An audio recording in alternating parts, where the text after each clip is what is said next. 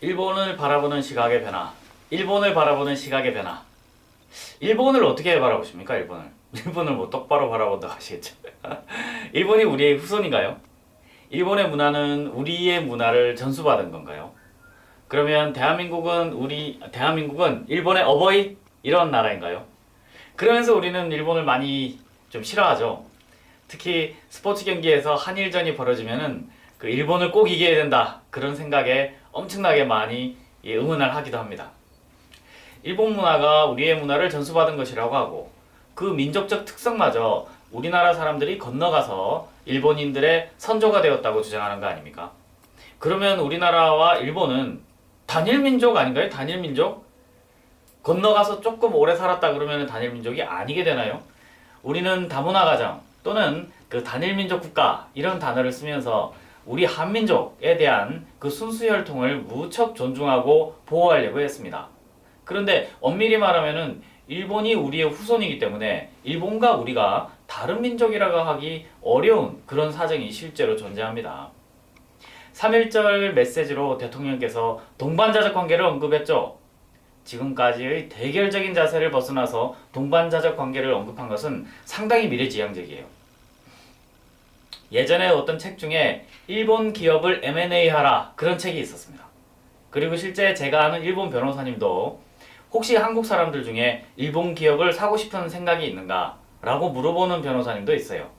왠지 아세요? 일본 기업은 기술이 뛰어난데 자금력이 부족한 회사들이 꽤 있습니다. 왜 이런 현상이 생기느냐? 일본의 장기간의 경제 불황 때문이죠. 장기간 불황이 지속되니까 일본의 기술이 괜찮은 기업들도 그걸 견디지 못해서 이제 망하게 되는 거죠.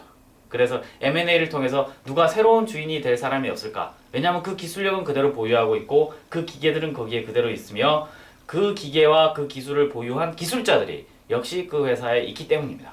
그래서 그런 회사를 사서 새롭게 그 회사를 살릴 수 있는 사람이 없느냐라고 이야기도 하는 거예요.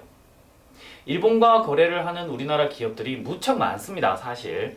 그런데 일본의 어떤 뭐 무역을 해서 돈을 벌고 있다. 이걸 세계 만방에 그냥 떳떳이 말을 할 수 있어야 되는데 왠지 약간 숨어 있죠.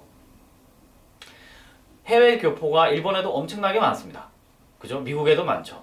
그런데 일본에 교포로 있다. 또는 일본에 왔다 갔다 한다. 이거는 또 왠지 사람들이 말하기를 꺼려하는 것도 또 사실이에요.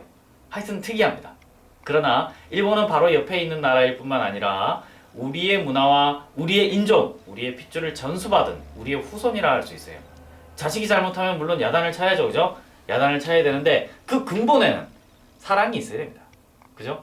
그래서 일본 국민들을 미워하거나 특히 뭐 아베 수상 같은 경우에 엄청 욕을 많이 하시죠, 우리 국민들이. 이유 없이 그분의 정책이 왜 그 역사적 과정에서 왜 나오게 됐는지를 따지기 전에 일단 무슨 정책을 시도하면은 되게 안 좋아하지 않습니까? 그런데 그분을 대할 때도 역시 사랑으로 대해줘야 됩니다. 힘들죠, 물론 힘들죠. 저도 그러지 못하면서 지금 이렇게 이야기를 하고 있는 건 맞는데요. 근데 근본에는 사랑을 담아야 됩니다. 이유는 그들도 우리의 후손이니까. 그리고 우리의 문화를 받은 사람들이니까. 사랑으로 감싸줘야 됩니다. 자를 수 있겠죠? 네.